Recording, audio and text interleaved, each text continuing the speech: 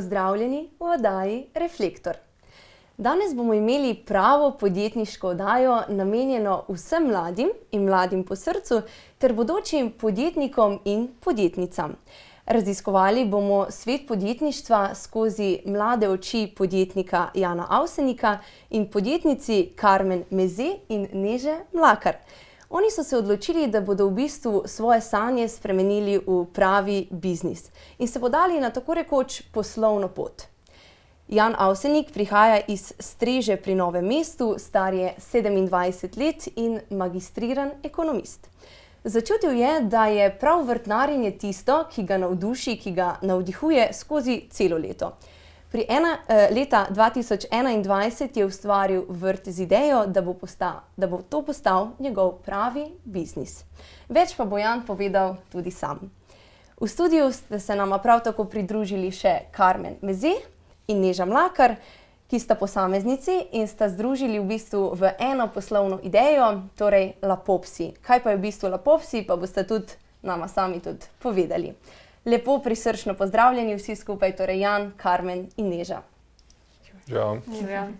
Podjetništvo že dolgo časa velja za eno tako privlačno možnost, priložnost za mlade, za dijake, za študente, za v bistvu vse take kreativce po duši, ne? Zdaj pa eno je na začetku neka želja, neka pričakovanja, drugo pa je potem ustvarjanje neke same ideje. Zdaj me pa zanima, kako sta vidve Karmen in Neža prišle do tako čudovite, zanimive, sladke, zdrave ideje.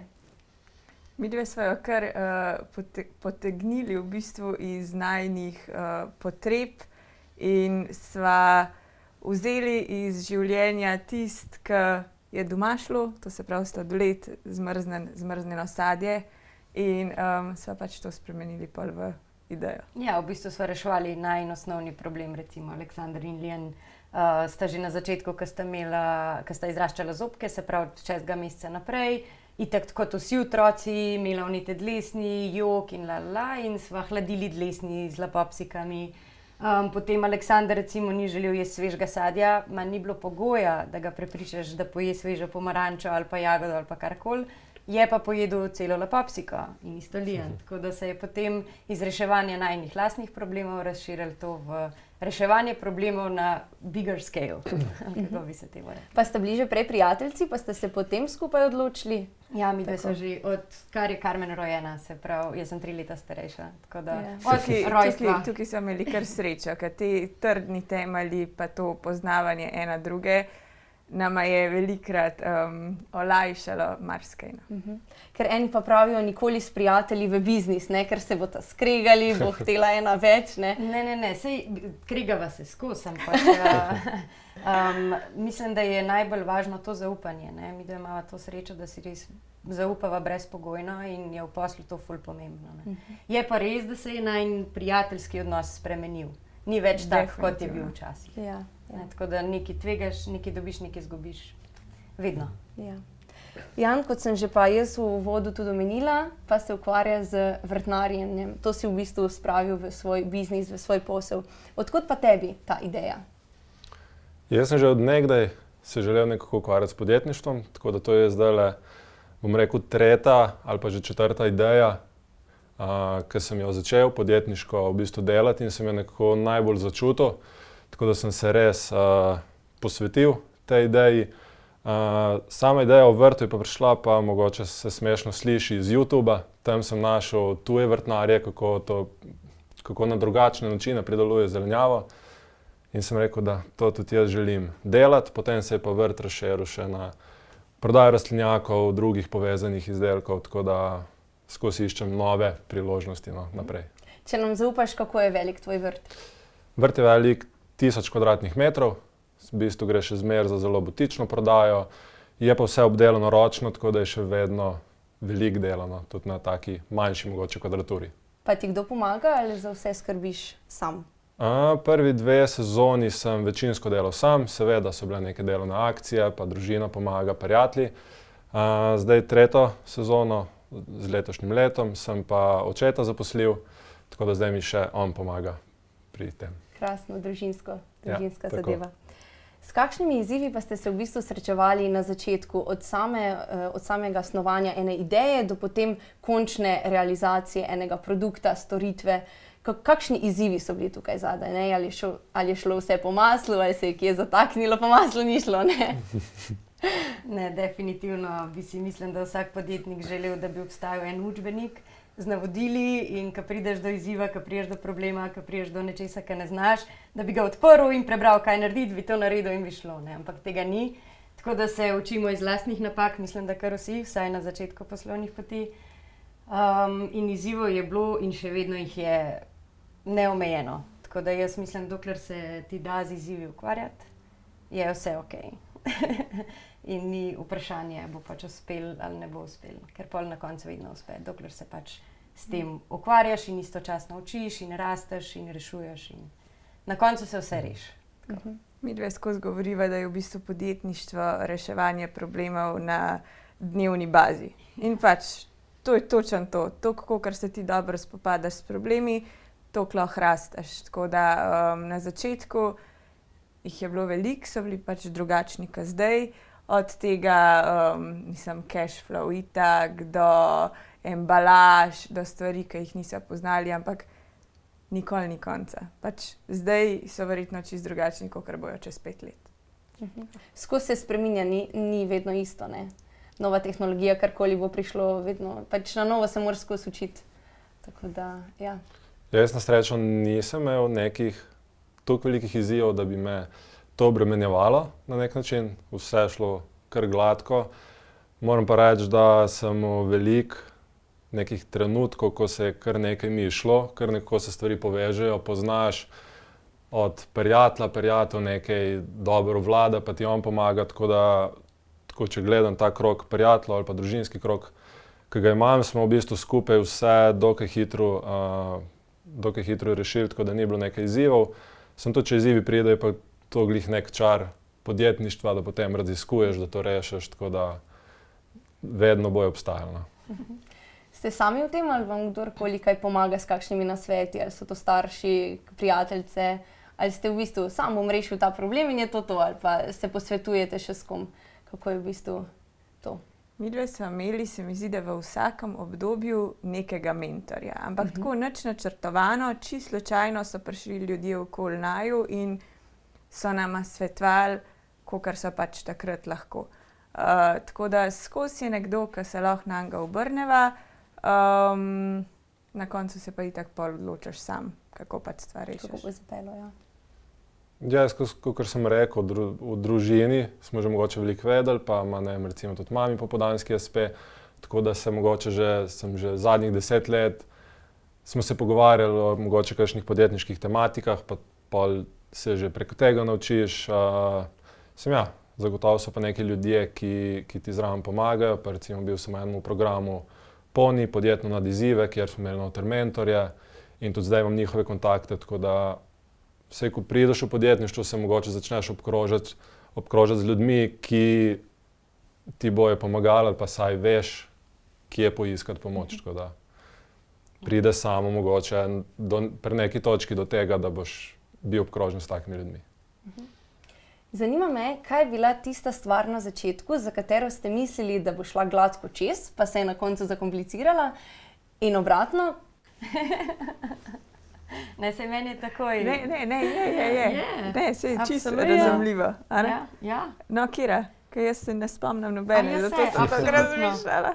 Jaz sem bila absolutno prepričana, da ne bova imeli težav s pakiranjem in z distribucijo. In potem smo v samem začetku leta 2017 še v garaži imeli eno mašino in seveda tudi pakirni stroj, ki je bil pa v redu, no? In smo hoteli pakirati in ga ni bilo pogoja, da ti stroj usposobimo tako, da bo pakiral popsike in smo na koncu pakirali na aparat od Gorenja s tisto bakreno žičko, od mame Slavke, ki ga dol porineš, pa počakaš, da se lučka zasvet in odpreš in pobereš popsike dol in jovo na novo. Tako da absolutno nepričakovan zaplet, ker res, mislim, to nepričakovan. In ta napaka, ta izziv ali kakorkoli se je ponovil potem spet, ko smo novo proizvodnjo postavili, ko smo vstopili na trgovinske police v Spar. Absolutno nismo mogli pakirati z aparatom od mame Slavke, ker ni primerna kakovost za trgovinsko polico, kakorkoli obrnemo. In smo mogli kupiti pakirno mašino. In ta pakirna mašina je bila 4 metre dolga, na vsaki strani rabiš 2 metra operativnega prostora, da hodiš okoli. In to je pol že semi-automated, in to so elektrike, pa žičke, pa en del je hardware, en del je software in ta dva se morata med sabo ujemati in to pol grejo popsike na minuto jih šopa ven in mi dve sva bili tako, a zdaj se bomo mogli spet naučiti sladoled pakirati, in ja, to je bil tako nepričakovan izziv, ki nam je vse obrnil na glavo. S tem so se ukvarjali par let, pa še zdaj, kdaj je problem. Tako da to. Obratno situacijo pa ne vem, se pa noben izgleda. Jaz tudi ne, prav res ne. Da bi mogoče snemanje. Ja, mogoče snemanje, ja. Ko sva bili izbrani za Štartaj Slovenijo, sva si predstavljali, da bova imeli ful tremo, da bo treba to 500krat ponoviti, snemati, da promocije nama ne bojo šle dobro, da... Ja, tiste promocije so bile, mislim, jaz sem imela prav pomislek, če bi se prijavili zaradi enega snemalnega dne, ker greš v bistvu ti v trgovino in te oni snemajo v živo, kako pač ti prodajaš. In to je trajalo, ne vem, 3 ure. Ja. In ti moraš v tistem času doseči njihov pač število prodaje in mene je bilo tega strah toliko, da jaz bi bila prav zmožna reči, ne, jaz zaradi tega ne grem, ker pač jaz ne bom preživela. No, na koncu nam je pač to toliko dobro šlo, da še zdaj, kdaj, ko imam slab dan, si prav pogledam, si rečem, pa če sem to lahko pa vseeno, tako da to je bilo mogoče. Zanimive izkušnje, skratka. Pa ti? Jaz mogoče še nisem na tej točki, da so taki mogoče bolj večji izzivi, kot je neka večja proizvodnja. Na začetku je bilo mogoče samo edino mi nek prostor najti, tako da neko skladišče, ker sem ga po letu pa pol recimo sem ga v okolici našel, drugače pa drugih izzivov nekih večjih v bistvu ni bilo. No. Še pridejo podobni izzivi. Tudi, če bo več izzivi, pol to že... Pravijo, mali otroci, majhni problemi, veliki otroci, veliki problemi. Tako da to drži kot pribito. Mlade pa tudi zanima, s koliko denarja začeti biznis. A moraš imeti veliko prišparanega, ali kako je v bistvu s tem? To vsakega zanima. Midve sva začeli v bistvu tako, da Neža je imela par tisoč evrov prišparanih. Par deset. Par tisoč evrov nam je posodila moja babi. Ja. In par tisoč evrov sem imela jaz. In to je bilo vse. In moja mami. In pol nama je moja mami posodila in pa so investitorja dobili. Tako da v bistvu se mi zdi, da je vse odvisno od tega, kakšnega posla se lotevaš. Če se ti lotevaš nekih digitalnih zadev, v resnici rabiš manjšo investicijo. Če se pa ti lotevaš proizvodnega obrata, logistike in pol prodaje na veliko, je pa pač tudi investicija temu primerno večja. Tako da ni odgovora, toliko potrebuješ, da lahko začneš posel. Jaz mislim, da pač odvisno, katero panogo se podaš. Lahko pa tudi iz svojega primera povem, da pač marsikaj se da mogoče zmanjšati strošek ali pa kaj drugače, kakšen sistem naštudirati. Tudi vsi, ki sem jim rekel, da bom na roke recimo zvijal cevi, ki jih na roke zvijamo za loke, za rastlinjake, so vsi rekli, da to rabiš neko mašino, pa mašina je spet draga. Tako da so mogoče neke stvari, s katerimi si zmanjšaš investicijo, pa čisto v redu, na koncu vidiš, da delujejo, ali pa tudi nijem nobenih velikih transportnih vozil, je v bistvu prilagojena avtomobilska prikolica, da pa lahko dostavljamo te rastlinjake. Zdaj, če pa pogledamo še vrt, ki je še drugi del mojega podjetja, tam je pa tudi tukaj enih dejavnikov, da ali že imaš zemljo, ali v kaj boš vlagal. Tako da ja, zelo odvisno, česa se lotevaš. Menite, da je zelo dobro imeti en okviren načrt, plan, ki ga nekomu predstaviš in se malo prilagajaš, oziroma se malo pomenite, kako bi to bilo izvedljivo, ne? Mislim, midve sva ga definitivno imeli. Od tistega plana se je uresničilo mogoče 10%, ampak je bila pa neka rdeča nit. Že to, da ti eno je imeti idejo in o njej govoriti, drugo je pa pač to idejo realizirati. In ko začneš realizirati, so potrebni neki koraki. Zdaj spet odvisno od katerega posla. V enem poslu jih je več, v drugem jih je manj, kakorkoli. Je za vsak korak dobro, da veš na koncu, ki je nek cilj, kaj hočeš doseči, tudi če greš pol malo levo, desno. Ne? In ta najin plan, ne glede na to, koliko je bil naivno napisan, pa laično napisan, je bil še vseeno neka svetla točka tam na koncu ali pa nek cilj, k kateremu sva stremeli in nama je bilo s pomočjo tega, kaj je bilo črno na belem napisan, kje si želiva prodajati, kaj si želiva prodajati, kire recepte bojo vse poskusili, koliko približen denarja potrebujeva in ne. Naju je pač nekako držal v tisti smeri. In itak tudi, če greš do investitorja, je to osnova, je prva stvar, ki te bojo vprašali, ali imaš poslovni plan. Se pravi, je smiselno se ukvarjati s tem, da daš to na papir, zato ker tudi potem tvoji možgani iščejo nove povezave in vidijo nove stvari in dobivaš nove ideje, prepoznaš tveganja, ne, lažje, kakor če pač sam se uležeš na kavč in si predstavljaš, kako bi bilo fajn nekaj imeti. Ja, ja. Vsi ste omenili, da se v bistvu ukvarjate s prodajo. Kako ste to žilico dobili, kako prodati nekaj? Zdaj tukaj so tudi družbena omrežja, eno veliko korist.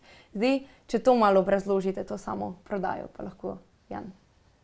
Jaz sem začel v bistvu s to zelenjavo in sem iskal stranke v lokalnem okolju, ker želim čim bolj lokalno to prodajati.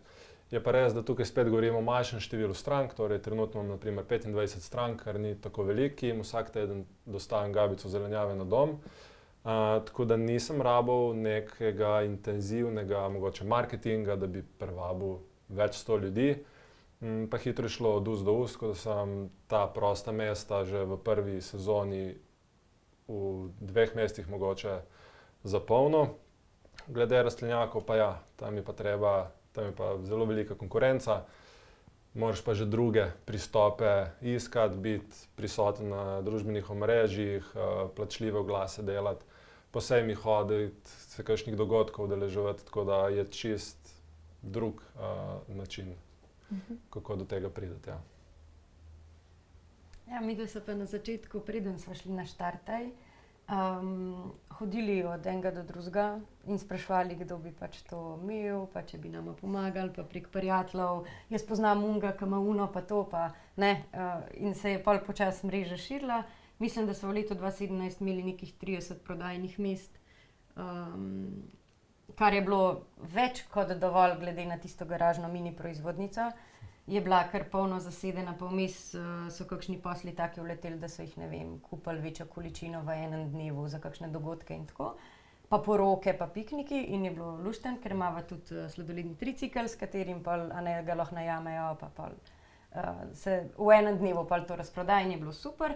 Pa veliko sva hodili na te prireditve Internautika, ne vem, Istrski maraton, Čokoljana ali kaj je bila že, Čokoladna Radovljica. V glavnem, na take dogodke, ne vem, čarobni dan, v Arboritumu, svašta, da sva se začeli pojavljati, pa so se pa itak prijavili na Štartaj in s takim močnim marketingom in močnim glasom, kot ga oni širijo že toliko let, je itak potem bila ena taka ful velika odskočna deska, ne. Kako pa v bistvu sendlate ta družbena omrežja oziroma kako je to? Vidim, da je vprašanje zate. Pa midve imava na tej točki pa sigurno srečo, da se Neža rada ukvarja s stvarmi, s katerimi se jaz ne, in jaz se rada ukvarjam s stvarmi, ki jih ona res ne mara. Tako da meni je marketing pač zelo pri srcu in jaz to res rada delam. Tako da po mojem živimo v času, ko je mogoče še najlažje s toliko malo vložka doseči pač večje število ljudi, če se temu posvetiš. Midve pač v to še vedno vlagava in jaz mislim, da se to vsakmu, ki se loti podjetništva, zelo splača tudi ta del pogledati. Tako. Pa pri tebi? Jaz sem se lotil mogoče glih drugače. Ne toliko, da bom prodajal preko družbenih omrežij, ampak sem želel, ker sem na začetku jaz spremljal druge vrtnarje in so podali neke vsebine brezplačne, sem želel tudi jaz na slovenskem trgu približati v bistvu tržno vrtnarjenje, kakšne so te drugačne metode pridelave zelenjave, tako da sem hotel naprej delati izobraževalne vsebine. Sem pa drugače, kako bi rekel, imel kar tremo na začetku to narediti, zato ker jaz se nisem rad javno izpostavljal, bolj tako tih sem. In to je bilo treba nek preskok v glavi narediti, da to pa jaz zdaj želim delati, pokazati Sloveniji, kaj v bistvu delam. No, potem, ko sem pa izdelke začel dodajati, je pa seveda to šlo še malo bolj v prodajno smer. In tudi ja, je en od načinov boljših, kako recimo jaz lahko promoviram svoje izdelke. Je pa tudi super, da se recimo moje rastlinjake, ki jih prodajam, dejansko imam tudi na svojem vrtu in stranke vidijo, da jaz v bistvu živim to neko vrtnarsko zgodbo in uporabljam pri mojem delu tudi rastlinjake. Tako da se super to potem povezuje. Se preko družbenih omrežij tudi pogovarjate z kupci potencialnimi ali pa recimo vam piše kakšna punca, fant, da bi pa mogoče, ne vem, da je všeč produkt, karkoli ali za kako sodelovanje, kako pa to v bistvu ste na tekočem? Midve nasploh delujeva že od začetka pač na tem, da delava na iskrenosti. To se pravi, da ali od tega, kako sva midve, kako se midve počutva in do tega, kaj se nama dogaja in to pač deliva z ostalimi čistko, kakor je, tako poveva tudi širšemu krogu ljudi, ker je tako najlažje komunicirati in pač še pristno je. Tako da ja, midve sva skozi v kontaktu dejansko s kupci, z unimi, ki naju spremljajo in se mi zdi, da pol kar skupaj živimo eno to zgodbo. Ne živiva jo samo midve, ampak jo živimo pač vsi, ki smo neko skupnost naredili. Smo pa mogoče družbeno omrežje bolj kot neka preusmeritev na spletno stran, kjer tam lahko kupec najde res vse informacije in potem, ker gre za izdelek, ko mora on res prespeti, pa mogoče en mesec razmišlja o nakupu in potem dobi malo mail ali večinsko klicem, je pa tudi nekaj seveda vprašanj prek družbenih omrežij, ja. Tako da je veliko do tega. Zdaj pa eno tako vprašanje.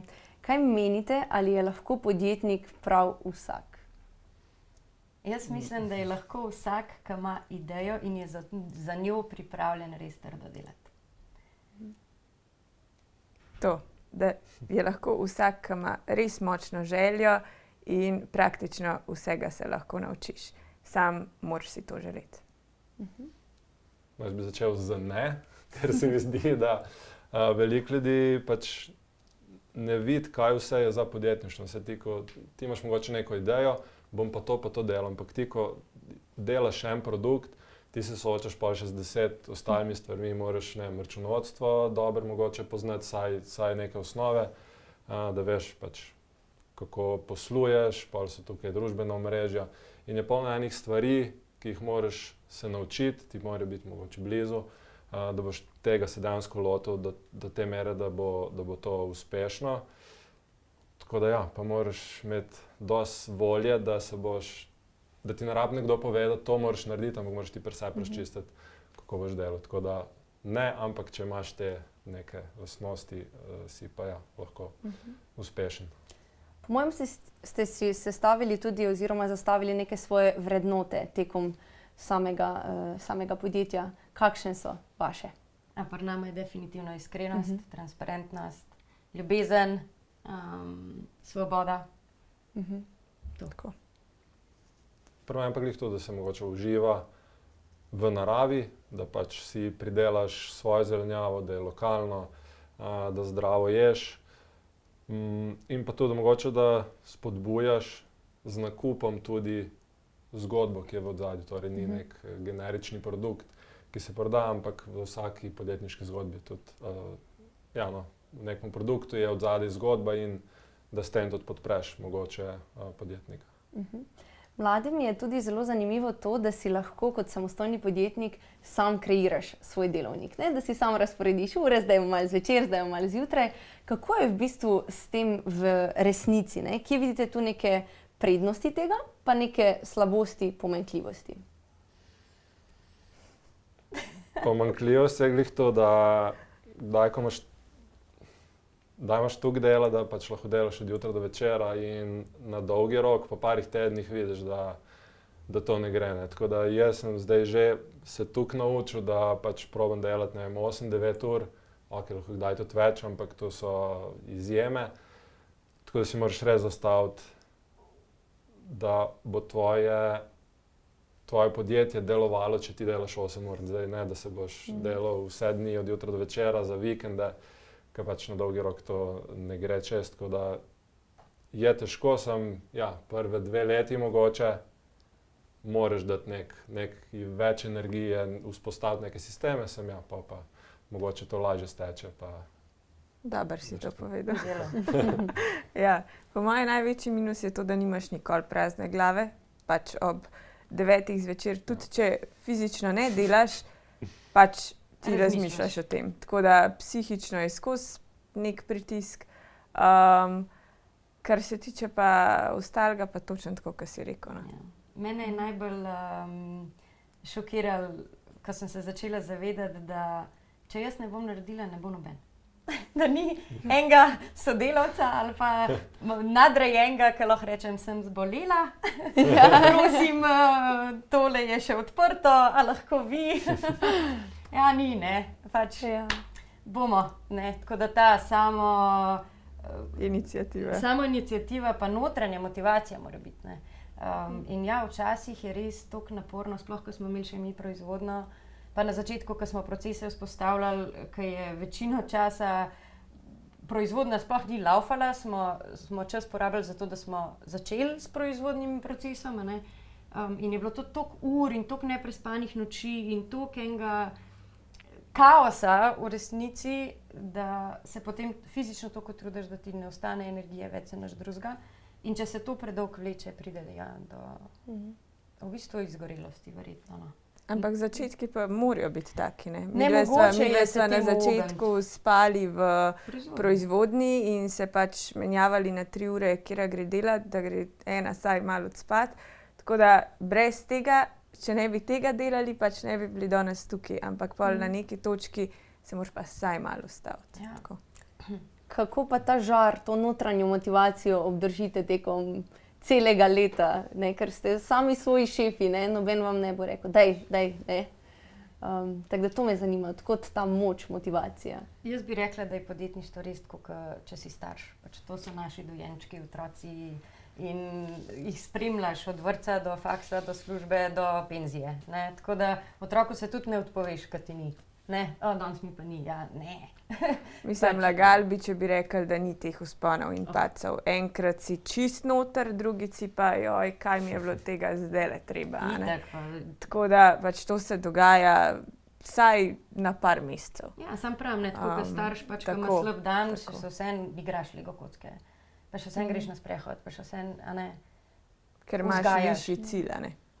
Tako. Ja. Pa ti, ko moraš zjutraj recimo rano vstati, pa iti na vrt, pa si misliš, Zdaj sem to mislil reči, pol je pa še dež, pa še piha in pol si v pelerini in pol naberaš in ja, daj pač greš to čez tu, pa si rečeš, to je to del vrtnarjenja. Tako da ja, je težko.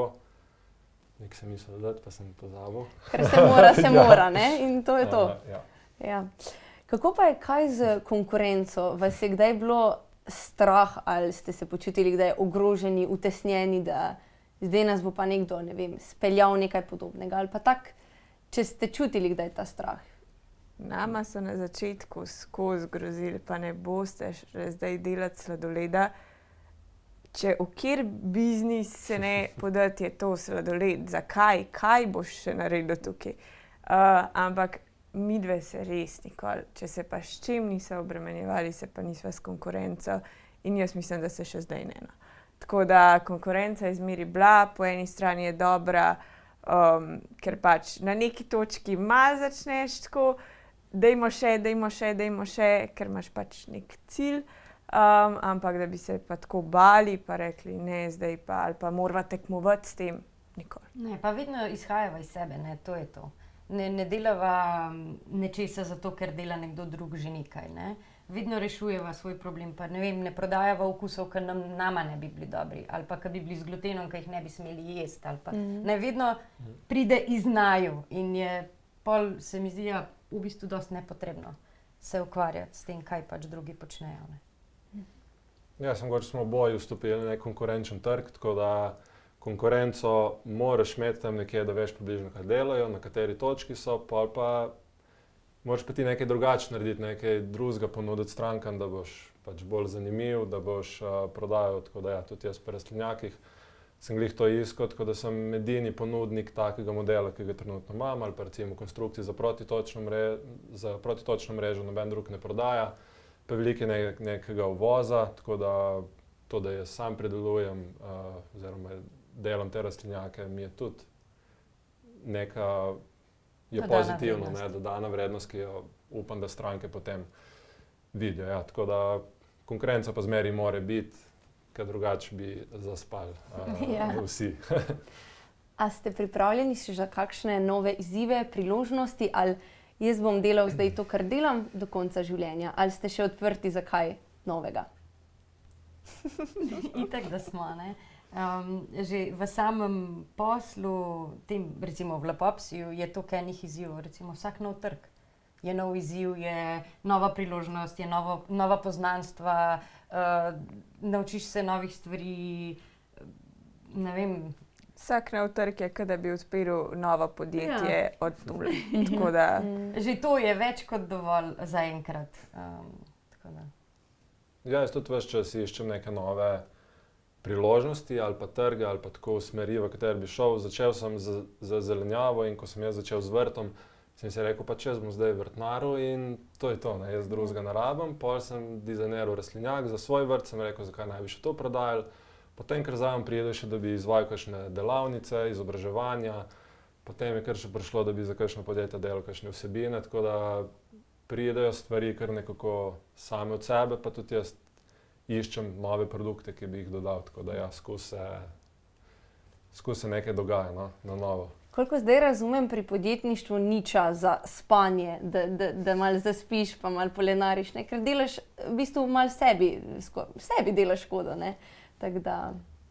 Je pa dobro mogoče, ko smo oboji v neki malo sezonski panogi in res, ko je sezona, se pač fokusiraš na prodajo, pa imaš mogoče zimski del bolj za razvoj novih izdelkov, da boš vstopil na nov trg, tako da mogoče je to tudi dobra stvar, no, da se pol ta razbije malo delo, ki ga delaš drugače. Pa podjetništvo živiš, ne. Podjetništvo dejansko živiš in to je tvoj stil življenja. Pač to ni služba, to je dejansko stil življenja. Tako da ne spiš.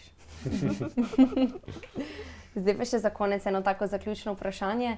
Kakšen nasvet bi vsak izmed vas dal mladi podjetnici, podjetniku, oziroma mladim, ki se podajajo na to podjetniško samostojno pot? To, da sprašujejo. Nežina ful dobra lastnost je to, da skozi sprašuje in čez nekaj časa sem se tega naučila tudi jaz, da imajo željo, pa da v bistvu sledijo sebi. Da mogoče ne poslušajo v nekem trenutku toliko drugih, ampak imajo svoj cilj, svojo vizijo in grejo čez to. Pa da se zavedajo, da brez nič ni nič. Se pravi, če ne bodo vlagali svojega časa, svoje energije, svojih prioritet spremenili, pač no nič. Ja, bi sem še dodal, da pač izhajaš mogoče iz nečesa, kar res rad delaš. Torej, marsikdo mogoče bi videl nek produkt, zdaj pa jaz to prodajal, ampak v bistvu gre v posel sem zato, da bo nekaj prodajal ali pa da bo nek posel začel. Čez nekaj časa pa vidi, da mogoče mu sploh to ni toliko pri srcu, ne zasleduje to pravih vrednot, tako da začeti z nečem, kar imaš rad, pa mu počasi začeti v posel spreminjati. Jan, Neža in Karmen, najlepša hvala za tako čudovito, krasno, iskreno, ljubeznivo oddajo. Jaz mislim, da ste marsikateremu bodočemu podjetniku, podjetnici odprli malo oči in to videnje, tako da hvala za obisk v našem studiu. Hvala za vabilo. Vi, dragi gledalci, pa hvala, ker ste bili z nami. Spremljajte nas na našem družbenem omrežju Facebook in Instagram in poglejte si tudi prihajajoče oddaje.